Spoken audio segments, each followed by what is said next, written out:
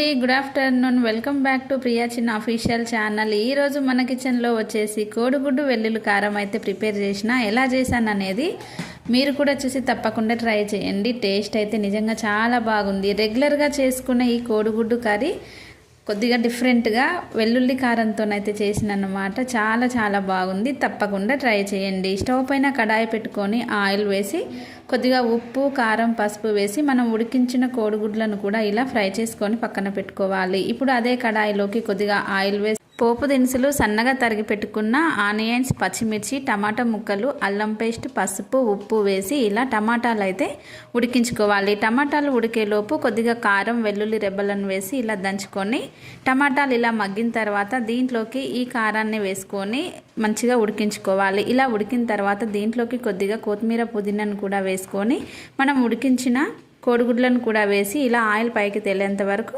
ఉడికించుకోవాలి.